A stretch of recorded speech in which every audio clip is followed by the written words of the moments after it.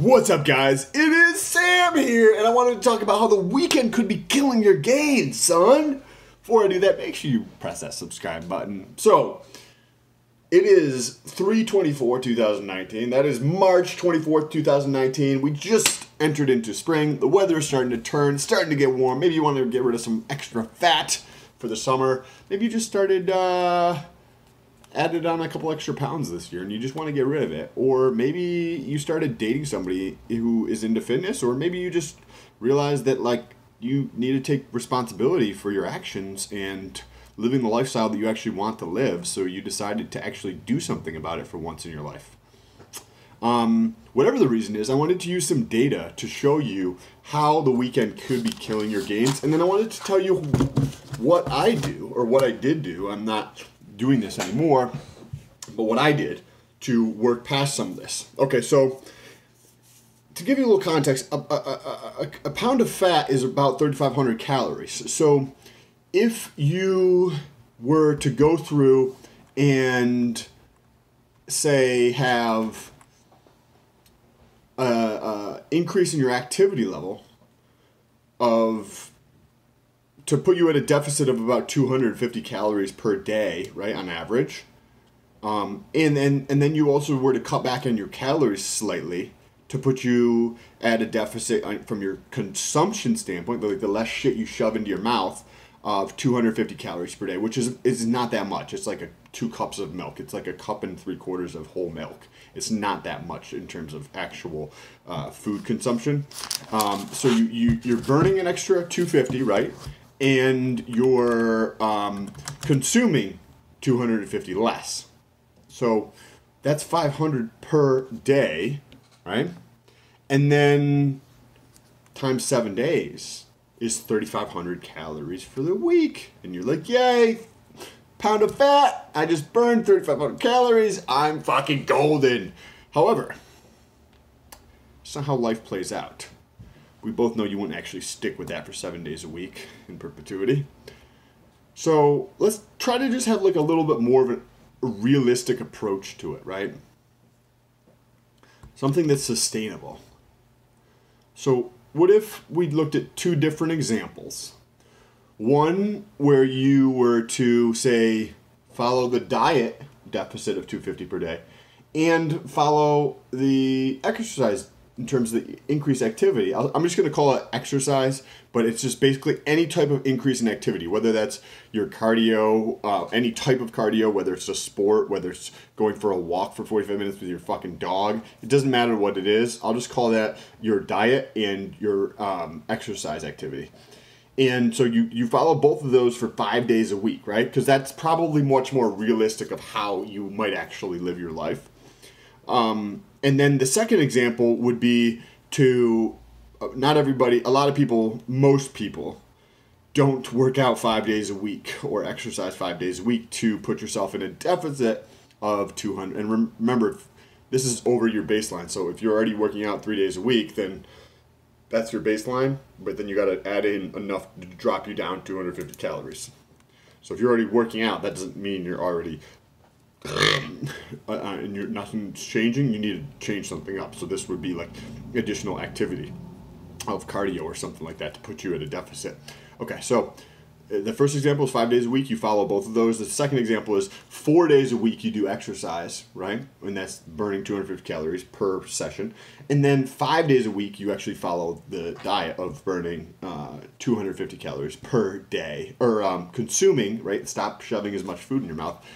5 days a week, right? And then you feel good, right? Like you've been following this all week, and it's Friday, and then you go out, right? And say you decide to have a few beers with some buddies, right? So say you have 4 beers, right? And we both know that's really not that many beers. Excuse me. Fucking sneezed all over my hand. Nastiness. So you have 4 beers on Friday night, right? Maybe you have 6, but for this example, we're going to say 4. The average beer has about 150 calories in it. And you're like, Sam, I drink light beer. It doesn't fucking matter. You probably don't actually follow through with your diet or your exercise anyway, so that's the whole point of this. Now, you have 4 beers on Friday night, and then Saturday night, maybe you go out on a date or go out to dinner and you have a few beers and you consume some extra calories. So say you have 4 more beers on Saturday, right? Or maybe you have 6 beers on Friday and 2 on Saturday. It doesn't fucking matter. And you eat a little bit extra, right? Because you went out to eat or went out to a date or something, and you had just an extra 500 calories, right? Like, that's not that much food at all. You can, like, you might think, like, quantity 500 is a lot, but it's a very small quantity of food, especially if you're not eating healthy. And then on Sunday, like, the game is on or whatever the case is, and you, maybe you have a few nachos, right? A few nacho chips. And then you have like maybe 4 wings, right? Or 6 wings. And that easily puts you at 500 calories. Like, it's not that much. So on Sunday you have 500 calories. On Saturday you have a couple drinks and maybe just a slight surpass, right? Another 500 calories. And then on Friday you have those 4 beers afterwards where we've been good all week, right? Because like you're like, I've been good all week. I kind of deserve this shit. Like I didn't have that other stuff the other day. And I went to the gym every day, right? So the aggregate for those 3 days, right? The Friday night, Saturday, Sunday, is 2,200 calories consumed in addition. So when you do the math, right? Because we got 2 examples to look at. If you actually we actually have the 3 examples, right? So if you were to say, do it 7 days a week, that's with your diet and your exercise, 7 days a week, right? And then you consume those extra calories like Friday night, Saturday night, and then Sunday afternoon. But everything else, like you still worked out and you cut 250 calories elsewhere, right? The net on that means that if you did it 7 days a week, it would take you about 60% longer to be able to get the same results in terms of fat loss, like losing 1 pound. Now, with the other 2 examples, right, you do everything for 5 days a week. That's exercise for 5 days a week to burn 250 calories per day on average for 5 days. And you have a deficit of 250 calories per day for 5 days a week. That's 2,500 calories. You consumed an extra 2,200 calories on Friday night, Saturday night, and Sunday afternoon for a net of 300 calorie deficit for the week. So if you take 3,500 calories divided by 300, you just effectively moved your consumption from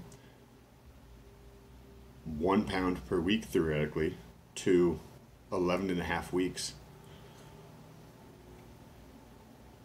Just by the choices you're making, like think of this as like the journey of life or fitness, right? And you're trying to get to the point here, and you're here somewhere in the middle, whether it's over here or up here.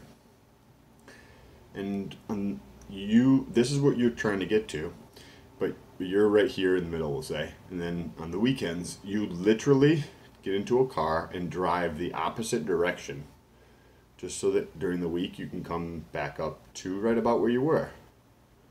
Maybe like a pubic hair further along than you were before. And then the following weekend, you get back into your car and you race back this way. And then during the week, you get back up here to maybe 3 pubic hairs higher or further along than you were. And that is effectively what you were doing.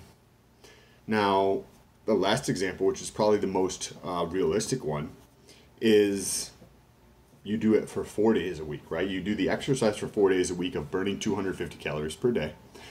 And you do the diet for 5 days a week, right? So the total on that, in terms of the deficit you put yourself in, is 2,250 calories. But between drinking on Friday night, of 600 calories, right? The 1100 from Saturday and the 500 from Sunday, that puts you at 2200 that you consumed. So when you take the net, 2250 minus 2200, you're at 50 calories deficit for the week. Still progress, right? But now, when you get into your car right here and you race back here over the weekend and then you come back up, it's only half a pubic hair further along instead of a full pubic hair. And you move from 11 and a half weeks roughly to losing a pound of fat. In the example we just did, right? You're doing it 5 days a week consistently. From 11 and a half weeks to lose a pound of fat to 70 fucking weeks. This is why you see so many people in the gym week after week after week after week after week after month after month after year that don't make any progress. It's pretty simple. Like, stop getting into your car and driving the fucking opposite direction of what you want to do, or understand and have self-awareness to realize that you like the idea of having a fit lifestyle or looking a certain way, but you're clearly actually don't give a shit. Just like people who say things about not having enough money for things or not being able to save money, and you show me a couple months worth of their bank statements and I can tell you what they value. Right? Because that's what they're fucking doing. That's where their money's going. That's where you're fucking shoving in your face. So it's paramount if, like, you have the self-awareness to understand that this is something that's truly important to you, that you also have the self-awareness to realize that, like, if you take 2 steps forwards and then you take 1.97 steps backwards, like, it's still progress, but every time you do this, you're running directly away from your goal, if that's what your objective is. So either don't be hard on yourself or realize that it's going to just take you 7 years to reach your goal. Like, and there's nothing wrong with that, but just recognize that, right? So one of the ways that I would do this, and that I did do this when I was living in Hawaii, when I was cutting, is every other week or so, I would have a cheat meal. And I really like pizza. So I would go to Costco and buy an entire large 18-inch pizza, pepperoni. Pepperoni's delicious. And I would eat the entire pizza myself on Saturday. That was about 4,500 calories in that one meal. And I'd eat the whole thing. Maybe sometimes I would leave like a slice or two, because then I'd be like, oh my God, when I wake up from this, because I couldn't move after I ate all those at one time, I would lay down, I would take a nap, and then I'd get up and I'd have a slice of pizza left, which would make me smile. So sometimes I'd leave a slice or two left. But what I would do to plan for this, just like if you were going to go on vacation, right? And vacation is going to cost you $2,000, right? And it's 4 months away. You save $500 a month, and you're good. Instead of putting it on your credit card, costing you money. So the same idea applies to this. So I knew on Saturday that I was going to go have a pizza. So I do 2 things.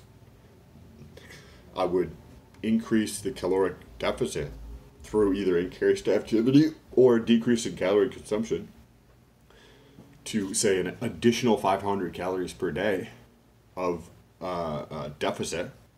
So if I was at a deficit of 500, I would go to a deficit of 1,000 per day for 3. Say I did that Wednesday, Thursday, and Friday. That was the most common way I would do it. That gives me savings of calories of about 1,500. And then on Saturday, instead of consuming my deficit amount of, I'm at a deficit of, and my calorie consumption was 3,000, right? Like I would have had 4,000, but I'm cutting for those 3 days. I only have 3,000, so that gives me a net 1,500 per day, or for those 3 days. On Saturday, I would only consume protein, no fat, no carbohydrates, until I had the pizza. So say I had 600 calories in terms of protein, 800 calories in terms of protein, we'll say it was 800, plus 4,500 puts me at 5,300 calories for that day, right? But I needed to be at about 3,500 to be at my deficit. So when you take the delta of that, which is just the difference between what I did have, the 5,300, let me punch it in here. When I take the delta of that, because I need to be at a deficit of 3,500, right? I was only at 3,000 those other 3 days just to save up those calories. So I take 5,300, which is the total calories consumed on Saturday from the tremendous amount of calories I ate from the pizza, minus 3,500, leaves me at 18. So when I'm cutting, I just saved up, right? I just saved up 1,500 calories from Wednesday, Thursday, and Friday, 500 per day. And my net difference is 1,800. So there's 1,800 calories that are extra that I had on Saturday, like a lot. Like I just went through this example of 2,200 in the course of 3 days. I had 1,800 in one day, but I just saved them up from the 3 days before. So my net difference was only a slight surplus of 300 calories. So if you actually look at that, so the 300 extra calories, right, for that day, and you amortize that out over 7 days, that's an extra 42 calories, right? So it's not that much, not that much of a difference. If I'm at, and I was doing this, so I was doing it more along the lines of exercising 5 to 6 days a week, but I would do the cardio at a higher, to go more, something instead of 250 per day, maybe I would do like 500 per day for a few of those days to help on that front as well. And that way I'm still moving towards my objective much more quickly while still being able to enjoy pizza. And remember, like, you don't have to do anything as crazy as like eating a whole entire pizza, but maybe you want 2 slices of pizza, right? So just plan accordingly, right? And understand everything that you do that is in the opposite direction of your objective, like, just moves that goal further and further and further into the future for you actually achieving it. So anyways, if you guys like this video, make sure you press that thumbs up button and subscribe if you're on YouTube. Talk to you soon. Peace.